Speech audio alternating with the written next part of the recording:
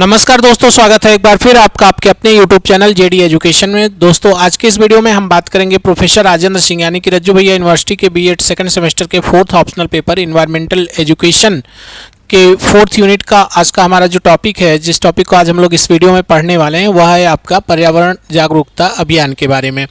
तो इस वीडियो में हम लोग देखेंगे कि जो इन्वायरमेंटल अवेयरनेस कैंपेन है इसके बारे में, इसकी मीनिंग क्या है, इसकी डेफिनेशन क्या है, इंपॉर्टेंस क्या है, ऑब्जेक्टिव क्या है ना, क्या कौन कौन से प्रयास हो सकते हैं। तो बहुत सारी चीज़ें हम लोग इसके बारे में देखेंगे। तो अगर आप चैनल पे नए हैं, पहली बार आप चैनल पे आए, तो हम आपको बता दें कि रज्जू भैया यूनिवर्सिटी के बीएड सेकंड सेमेस्टर के जो 4 पेपर हैं उन चारों पेपर की अलग अलग प्लेलिस्ट आपको हमारे चैनल पे मिल जाएगी। और जिस भी सब्जेक्ट का जो भी टॉपिक का वीडियो आप देखना चाहते हैं आप उस प्लेलिस्ट में जाके वीडियो देख सकते हैं। साथ में उनका PDF नोट्स भी आप डाउनलोड कर सकते हैं। उसके लिए आप हमारे टेलीग्राम चैनल के माध्यम से आप डाउनलोड कर सकते हैं। तो टेलीग्राम चैनल का लिंक आपको वीडियो के डिस्क्रिप्शन में मिल जाएगा। साथ ही अगर आपको किसी भी तरह का कोई डाउट है या अपने एग्जाम से रिलेटेड किसी भी टॉपिक पर आप हमसे बात करना चाहते हैं तो आप हमें मैसेज कर सकते हैं, टेक्स्ट कर सकते हैं, या फिर आप हमारे टेलीग्राम ग्रुप के माध्यम से जुड़ के आप वहाँ पर हमसे प्रश्न पूछ सकते हैं। उसका उत्तर आपको तुरंत मिलेगा। और क्योंकि वहाँ पे बहुत सारे बच्चे जुड़े हुए हैं तो आप भी जुड़िए और उनका लाभ उठाइए, क्योंकि आप हमसे जुड़ सकते हैं हमारे टेलीग्राम ग्रुप के माध्यम से, टेलीग्राम चैनल के माध्यम से और व्हाट्सअप चैनल के माध्यम से, और सबका लिंक आपको वीडियो के डिस्क्रिप्शन में मिल जाएगा। तो चलिए स्टार्ट करते हैं आज का अपना लेक्चर। और आज अभी का जो हमारा लेक्चर है वो यही है कि पर्यावरण जागरूकता अभियान का अर्थ क्या है, परिभाषा क्या है, और फिर आगे हम इसके ऑब्जेक्टिव्स वगैरह, इंपॉर्टेंस वगैरह की बात करेंगे। तो देखिए सबसे पहले हम यहाँ पे बात करते हैं कि इसकी मीनिंग क्या है। ठीक है, तो किसका पर्यावरण जागरूकता अभियान की मीनिंग क्या है, और फिर उसके बाद हम इसके डेफिनेशन की बात करेंगे। तो देखिए सिंपल सी एक, अगर हम बहुत शॉर्ट में आपको बताएं कि पर्यावरण जागरूकता अभियान क्या है, तो ये जस्ट क्या है कि लोगों को पर्यावरण की जो समस्याएं हैं, है ना, समस्याओं के बारे में, उनके संरक्षण और सही उपयोग के प्रति जागरूक करने के लिए चलाया गया एक संगठित प्रयास ही क्या है, पर्यावरण जागरूकता अभियान है। इसको अगर आपको कॉपी में लिखना है, क्योंकि मान लीजिए अगर ये लॉन्ग क्वेश्चन में आता है, ठीक है, तो आपको कितने में, मान चलिए कि 500 शब्दों में आपको अपना आंसर देना है, तो 500 वर्ड्स में अगर आपको लिखना है तो थोड़ा आपको हम बड़ा ही करके बता रहे हैं, ताकि अगर मान लीजिए आप भूल भी जाएं तो कितना भी छोटा हो तब भी आपका लगभग 400 वर्ड्स जो है आ जाए आपके कॉपी में, मतलब जो आप आंसर लिखेंगे। तो इस तरह से, ताकि आपको अच्छा नंबर मिल पाए। तो चलिए स्टार्ट करते हैं और देखते हैं कि मीनिंग हमें लिखना क्या है। तो पर्यावरण जागरूकता अभियान एक सुनियोजित और व्यवस्थित प्रयास है जिसका जो मुख्य उद्देश्य है वो समाज के प्रत्येक व्यक्ति को पर्यावरण से संबंधित समस्याओं और उनके समाधानों के प्रति संवेदनशील बनाना है। इसका अर्थ केवल सूचना प्रदान करना नहीं है, बल्कि लोगों की सोच और आदतों में सकारात्मक परिवर्तन लाना भी है। एक शैक्षिक परिभाषा के अनुसार यह एक ऐसी प्रक्रिया है जिसमें संचार के विभिन्न माध्यमों का उपयोग करके लोगों को यह सिखाया जाता है कि प्रकृति के साथ सामंजस्य बिठाकर कैसे बिठाया जाए। यह अभियान पर्यावरण संरक्षण को व्यक्तिगत जिम्मेदारी से जोड़ता है।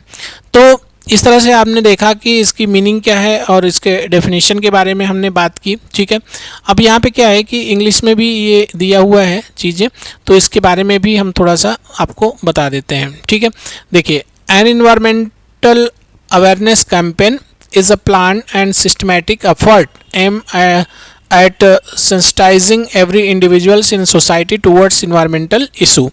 मतलब यही कि यह एक सुव्यवस्थित प्रक्रिया है और जिसका जो मुख्य उद्देश्य है वो समाज के प्रत्येक व्यक्ति को पर्यावरण से संबंधित समस्याओं के और उनके समाधान के प्रति संवेदनशील बनाना। It goes beyond more information, ठीक है, discrimination. Its core purpose is to bring about a positive shift in people's mindset and habits ना। लोगों के मतलब इस क्या करना है कि इसका अर्थ केवल सूचना देना नहीं है, ठीक है, बल्कि लोगों की सोच और आदतों में सकारात्मक परिवर्तन लाना है। एकेडमिकली अगर हम बात करें कि एक शैक्षिक परिभाषा के रूप में हम क्या लिख सकते हैं, it is defined as a process where various communication media are used to educate individuals on how to live in harmony with nature, thereby connecting environmental conservation with personal responsibility. मतलब यही कि यह पर्यावरण संरक्षण को व्यक्तिगत जिम्मेदारी से जोड़ता है। तो आई थिंक इसके बारे में आपको समझ में आ गया। अगर शॉर्ट में आपको समझना हो तो हमने यही बताया आपको कि लोगों को पर्यावरण की समस्याओं, उसके संरक्षण और सही उपयोग के प्रति जागरूक करना ही क्या है, पर्यावरण जागरूकता अभियान है। अगर हम इसकी डेफिनेशन आपको लिखने के लिए दी जाए तो डेफिनेशन के लिए भी हम बता देते हैं कि कम शब्दों में आप कैसे लिखेंगे। तो देखिए, पर्यावरण संरक्षण, सुधार और प्रदूषण नियंत्रण के प्रति लोगों में ज्ञान, जागरूकता और जिम्मेदारी विकसित करने हेतु चलाया गया एक संगठित प्रयास ही पर्यावरण जागरूकता अभियान कहलाता है। ठीक है, अब आगे हम लोग पर्यावरण जागरूकता अभियान की आवश्यकता के बारे में बात करेंगे। तो क्या नीड है, इसके बारे में हम लोग बात करेंगे। तो चलिए देखते हैं कि पर्यावरण जागरूकता अभियान की आवश्यकता क्या है। ठीक है, क्यों ये आवश्यक है कि हम लोगों को पर्यावरण के प्रति जागरूक करें।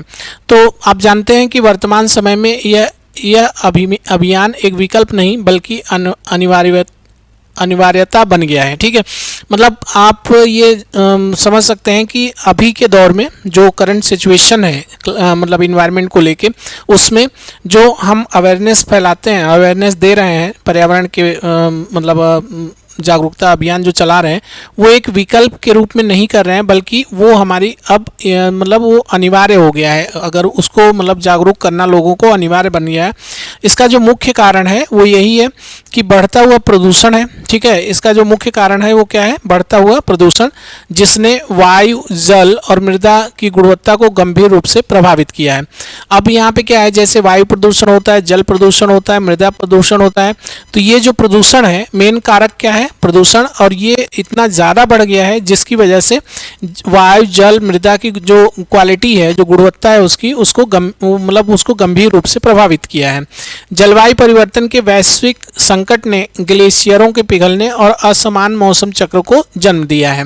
जो क्लाइमेट चेंज है उसकी वजह से मतलब पूरे जो ग्लोबली अगर हम बात करें तो जितने भी ग्लेशियर्स हैं वो क्या हो रहे हैं, पिघल रहे हैं और असामान्य मौसम चक्र बन रहा है। ठीक है, मतलब कि जब ठंड का महीना होना चाहिए तो गर्मी हो रही है, जब गर्मी होनी चाहिए तो मतलब उस समय ठंड हो रही है, बारिश हो रही है। तो इस तरह से जो है पूरा का पूरा सिस्टम क्या हो गया, वो चेंज होता जा रहा है, जिससे निपटने के लिए जन चेतना, ठीक है, आवश्यक है।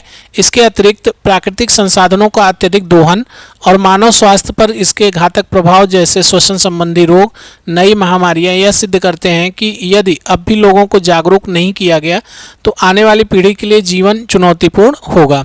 मतलब कि अगर समय रहते हम लोगों को पर्यावरण संरक्षण के प्रति जागरूक नहीं कर पाए तो आने वाला जो समय है, या आने वाली जो पीढ़ी है, उसके लिए जीवन इतना आसान नहीं हो पाएगा, बहुत ही चुनौतीपूर्ण रहेगा। क्योंकि मतलब जब मौसम चक्र सही नहीं रहेगा तो फसल नहीं होंगी, खाने के लिए नहीं होगा, या बहुत सारी दिक्कतें होंगी जिसकी वजह से जो मतलब लोगों का जीवन यापन है वो प्रभावित होगा। मतलब जीवन शैली बहुत ही मतलब अच्छी नहीं रहने वाली है अगर इसको हम नहीं कंट्रोल कर पाए तो चलिए अब हम इसके ऑब्जेक्टिव के बारे में बात करते हैं कि पर्यावरण जागरूकता अभियान का उद्देश्य क्या है। तो उद्देश्य के लिए अगर हम बात करें कि इसका उद्देश्य क्या है तो शॉर्ट में हम समझ सकते हैं कि लोगों को पर्यावरण के महत्व को बताना और उन्हें उसके संरक्षण के लिए प्रेरित करने का हर संभव प्रयास करना, यही जागरूकता अभियान का क्या है, उद्देश्य है। ठीक है, मतलब इस अभियान का जो प्राथमिक उद्देश्य है वो आम जनमानस में पर्यावरण के प्रति चेतना मतलब कॉन्शियसनेस उत्पन्न करना।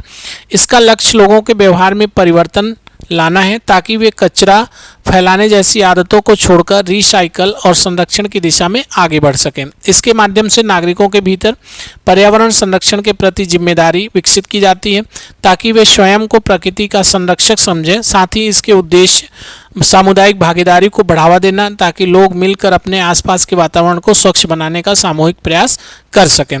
तो इस तरह से हमने यहाँ पे देखा कि इसका उद्देश्य क्या है और उद्देश्य के बारे में हमने आपको समझाया।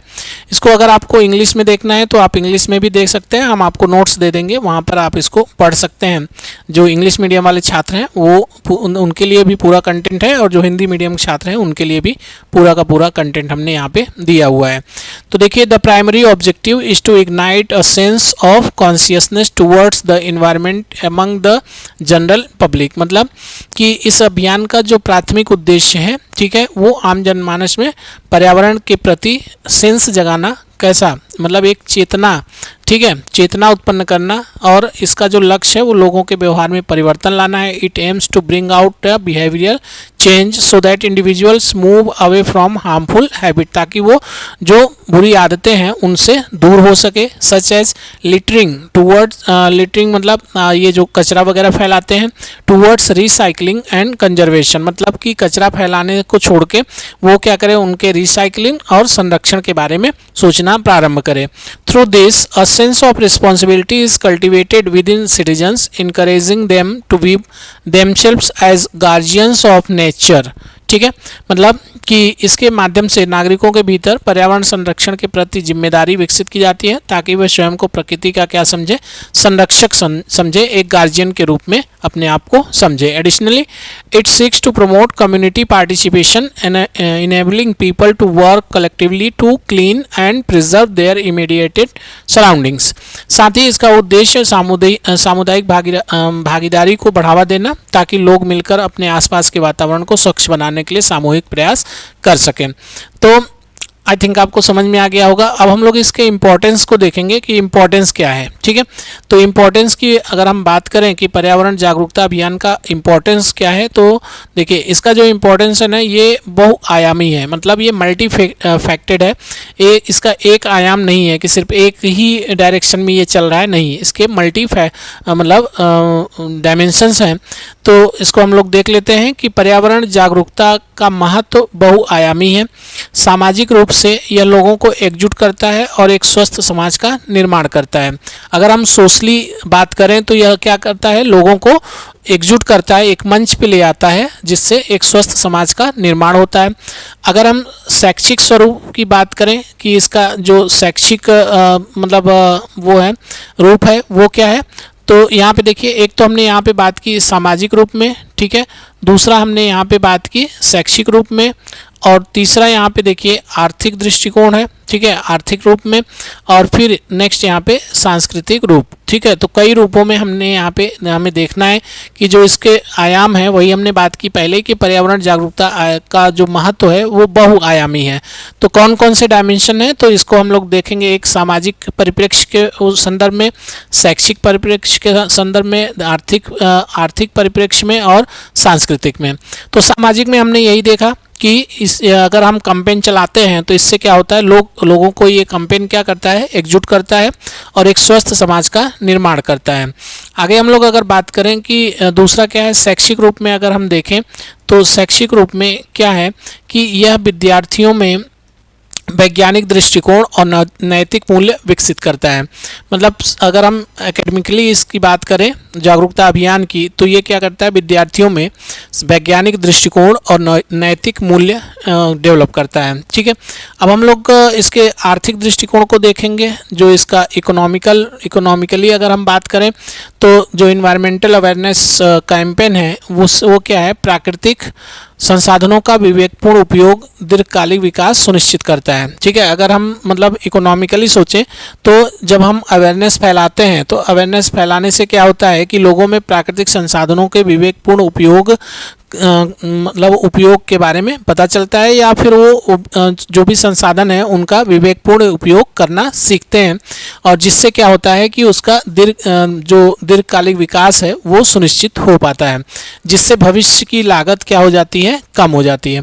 अगर हम मतलब देखें कि कल्चरली क्या है, सांस्कृतिक रूप से, तो कई समाज प्रकृति को पूजनीय मानते हैं। जैसे आप जानते हैं ना कि भारत में बिश्नोई समाज है ना, तो इसी तरह से कई समाज हैं जो प्रकृति को क्या करते हैं, पूजनीय मानते हैं। वैसे हम हिंदू जो मतलब जो सनातनी हैं, जो हिंदू धर्म को मानते हैं, वो सभी क्या करते हैं, वो प्रकृति की पूजा करते हैं, चाहे वो पेड़ हो, चाहे नदियाँ हो, है ना, कुछ भी हो जिनसे हमारा जीवन प्रभावित होता है, हम उन सब सारी चीज़ों की पूजा करते हैं। हम पेड़ को भी पूजते हैं, हम नदियों को भी पूजते हैं, हम मतलब हर उस चीज़ को पूजते हैं जो हमारे जीवन को किसी न किसी रूप में प्रभावित करता है, या हमारा जीवन जिस पे किसी न किसी रूप से डिपेंड है।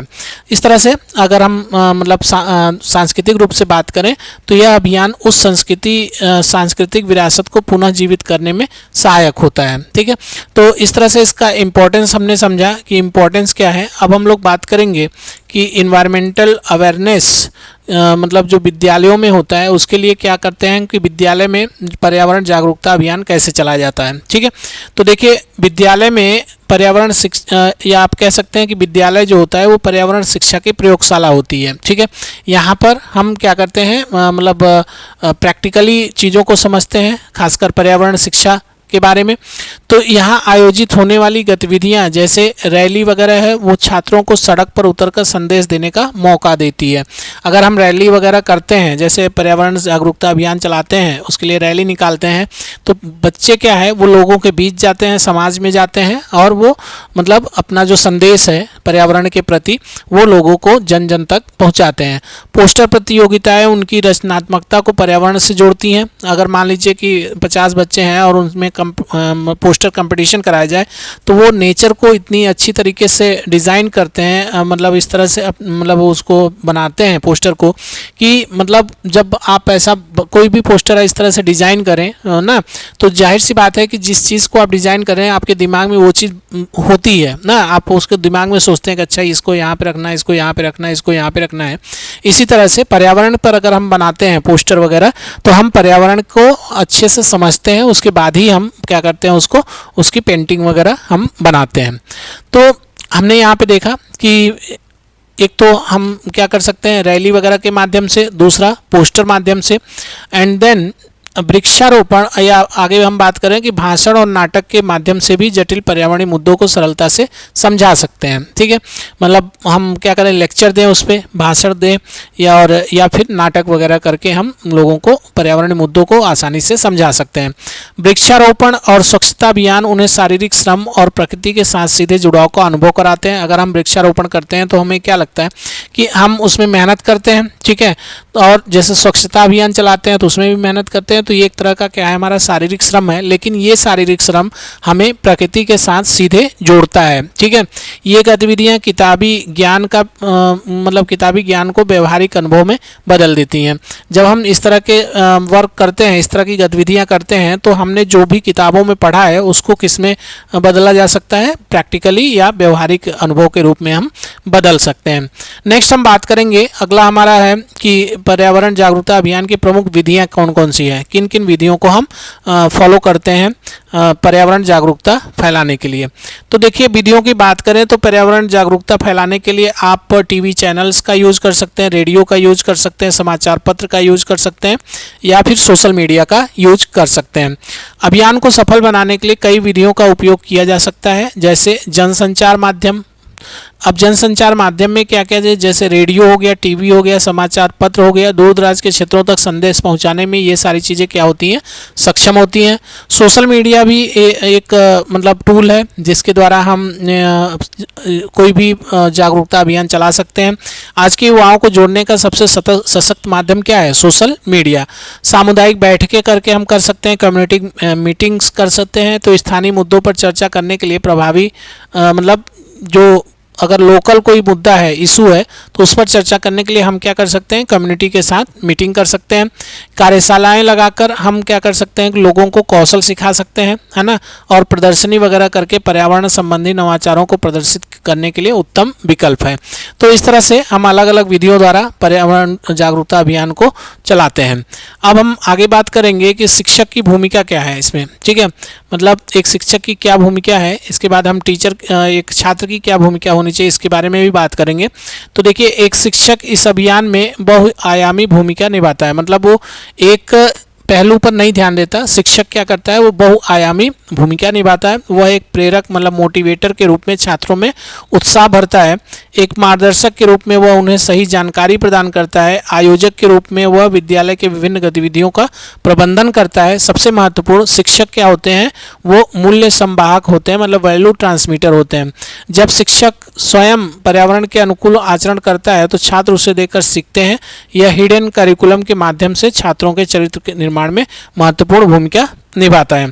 तो इस तरह से हमने देखा कि शिक्षक की क्या भूमिका होती है। तो शिक्षक के कई मतलब एक शिक्षक इस अभियान मतलब जो जागरूकता अभियान है उसको कई तरीके से फैला सकता है। मतलब उसमें वो एक प्रेरक के रूप में काम कर सकता है, मोटिवेट करे लोगों को, या फिर एक गाइड करे, है ना, सही जानकारी वगैरह का है उसको आप सही डायरेक्शन में गाइड करना।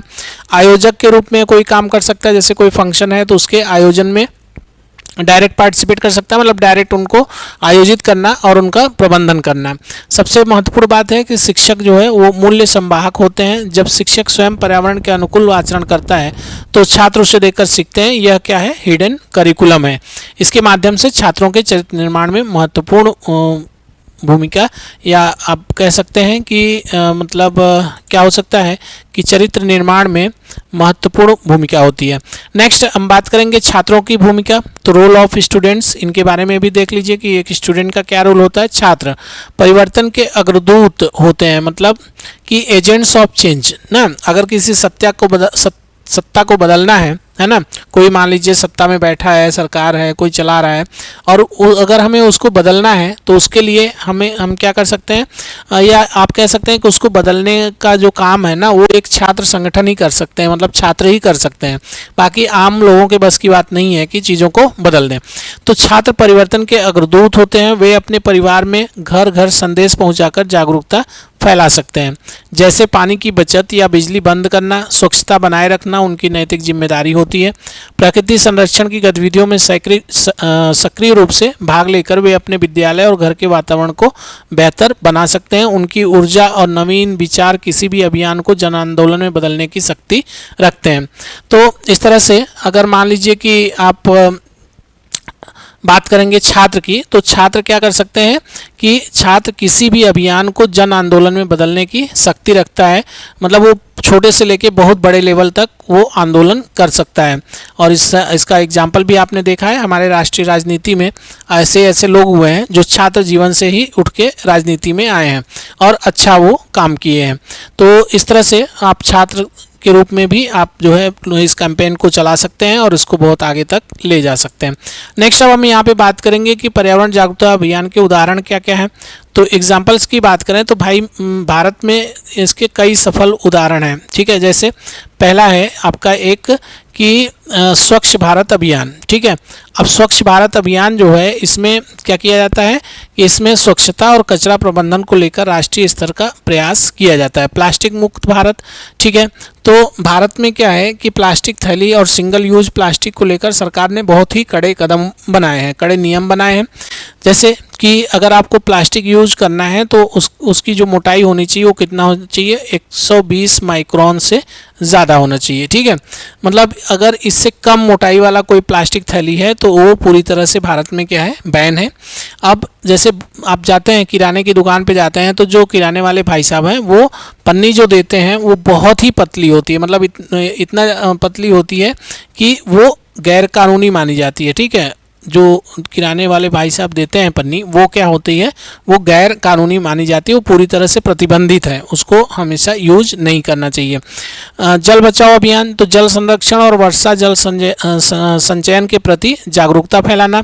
वृक्ष बचाओ चिपको मूवमेंट, तो वनों की कटाई रोकने के लिए ऐतिहासिक जन आंदोलन भी इसमें शामिल है। तो इस तरह से हमने देखा कि पर्यावरण जागरूकता अभियान के जो उदाहरण हैं, जो एग्जाम्पल हैं, उनके बारे में हमने समझा। अब हम बात करेंगे नेक्स्ट कि अगला क्या है, पर्यावरण जागरूकता अभियान में आने वाली चुनौतियां क्या क्या हैं, उसके बारे में ज़रा समझ सकते हैं कि पर्यावरण अभियान में आने वाली चुनौतियां, तो ये कौन कौन सी चुनौतियां हैं जो पर्यावरण जागरूकता अभियान को प्रभावित कर सकती हैं। तो इसके बारे में हम लोग देखते हैं कि सबसे बड़ी चुनौती लोगों की उदासीनता है, मतलब कि लोग इसमें पार्टिसिपेट ही नहीं कर रहे हैं, ठीक है। तो अगर पार्टिसिपेट नहीं करेंगे तो फिर तो चुनौती एक तरह की ये चुनौती है ना कि उससे अभियान सुस्त पड़ जाएगा। तो यहाँ पे जो सबसे बड़ी चुनौती है वो ये है कि लोगों में उदासीनता, ठीक है, जहाँ लोग जानते हुए भी परिवर्तन नहीं करना चाहते हैं। इसके अलावा सीमित जो वित्त है ना, यह भी एक बाधा है। कई अभियानों में निरंतरता की कमी होती है। अभियान शुरू तो होता है लेकिन समय के साथ वो क्या करता है, दम तोड़ देता है। विशेष रूप से ग्रामीण क्षेत्रों में अभियान, ग्रामीण जो क्षेत्र हैं इन क्षेत्रों में जानकारी का अभाव और परंपराओं का आधुनिकीकरण भी आधुनिक पर्यावरण संरक्षण के तरीकों को अपनाने में चुनौती पैदा करता है। The biggest change in is public apathy where people are unwilling to change despite being aware of the consciousness. Limited financial resources constraints also pose a significant obstacle many campaigns suffer from a lack of consistency, मतलब बहुत सारे जो अभियान हैं वो इसलिए बंद हो जाते हैं कि उसमें कंसिस्टेंसी नहीं रह जाती, निरंतरता नहीं रहती लोगों की। तो इस तरह से हमने इसमें क्या क्या चुनौतियां हो सकती हैं इसके बारे में समझा। अब हम आगे बात करेंगे कि अभियान को कैसे सफल बनाया जा सकता है, मतलब ऐसा हम क्या करें कि अभियान हमारा सफल हो। तो देखिए, अगर मान लीजिए आपको अभियान को प्रभावी बनाना है तो इसके लिए सबसे ज़्यादा जो ज़रूरी है वो है स्थानीय भाषा का उपयोग अनिवार्य करना। क्योंकि अगर हम मतलब अपनी लैंग्वेज में अपने लोगों को कोई चीज़ समझाते हैं ना तो वो उनके दिल पे बैठ जाती है। अभी हमको समझाने के लिए साउथ से किसी बंदे को ले आया जाए और बोला जाए कि वो हमको समझाएं किसी भी चीज़ के बारे में, तो हम उसकी लैंग्वेज ही नहीं जानते और लैंग्वेज नहीं जानते तो हम वो फील नहीं कर सकते कि मतलब दिल से कोई चीज़ जुड़ा हुआ है। तो इस तरह से अगर मान लीजिए आप सही संदेश देना चाहते हैं, आप चाहते हैं कि लोग इसके बारे में जागरूक हो और पर्यावरण के लिए काम करें, तो उसके लिए सबसे ज़्यादा ज़रूरी है कि जो आपका कम्युनिकेशन है वो किस में होना चाहिए, वो लोकल लैंग्वेज में होना चाहिए, जो क्षेत्रीय भाषा है उसमें। तो इस तरह से आपका हमने देखा कि ताकि संदेश सीधे दिल तक पहुँचे, सामुदायिक सहभागिता के बिना कोई अभियान सफल नहीं हो सकता। स्थानीय नेताओं और बड़ों को जोड़ना आवश्यक है। बच्चों को इसमें शामिल करना सबसे प्रभावी है। मतलब यही कि बच्चों को इसमें शामिल करके हम क्या कर सकते हैं कि इसको और भी प्रभावी बना सकते हैं, क्योंकि वे भविष्य के नागरिक हैं। साथ ही डिजिटल प्लेटफॉर्म का उपयोग करके सूचनाओं को त्वरित और आकर्षक बनाया जा सकता है। उदाहरण के लिए लघु वीडियो के माध्यम से पर्यावरण के नुकसान को दिखाकर जल्दी जागरूक किया जा सकता है। ठीक है, अगर मान लीजिए कोई चीज़ आप दिखाएं कि अगर आप ऐसा कर रहे हो तो इसका दुष्परिणाम ये होगा कि बहुत जल्दी चीज़ें ख़त्म हो जाएंगी, तो हाँ उसको तुरंत समझ में आ जाएगा और वो उस रास्ते को छोड़ देगा। तो अब हमने जितनी भी चीज़ें पढ़ी उसका निष्कर्ष देखते हैं। तो निष्कर्ष में यही है कि पर्यावरण जागरूकता अभियान केवल 2 भाषणों तक सीमित नहीं रहना चाहिए, बल्कि यह एक जीवन शैली होनी चाहिए। यदि हम भविष्य की पीढ़ी को एक सुरक्षित, हरा भरा और स्वस्थ पृथ्वी देना चाहते हैं तो आज का प्रत्येक छोटा छोटा कदम महत्वपूर्ण है। शिक्षक प्रशिक्षु के रूप में आपकी जिम्मेदारी है कि आप स्वयं पर्यावरण के प्रति सचेत रहें और अपने शिक्षण के माध्यम से विद्यार्थियों में प्रकृति के प्रति प्रेम और सम्मान के बीज बोएं। तो इस तरह से आज का हमारा लेक्चर कंप्लीट हुआ, संपन्न हुआ। उम्मीद है कि आपको वीडियो अच्छा लगा होगा। अगर वीडियो अच्छा लगा तो वीडियो को लाइक ज़रूर करिएगा और अगर चैनल को अभी तक सब्सक्राइब नहीं किया है तो आप ज़रूर सब्सक्राइब कर लीजिए और साथ में बेल आइकन को ज़रूर प्रेस कर दीजिए, क्योंकि कोई भी वीडियो, कोई भी अपडेट हम देते हैं उसका नोटिफिकेशन आपको तुरंत मिल जाए, इसलिए बेल आइकन को प्रेस करना ज़रूरी है। तो चलिए आज की वीडियो में बस यहीं तक, मिलते हैं हम नेक्स्ट वीडियो के साथ। तब तक आप अपना ख्याल रखिए, मन लगा के पढ़ाई करिए। बहुत बहुत धन्यवाद।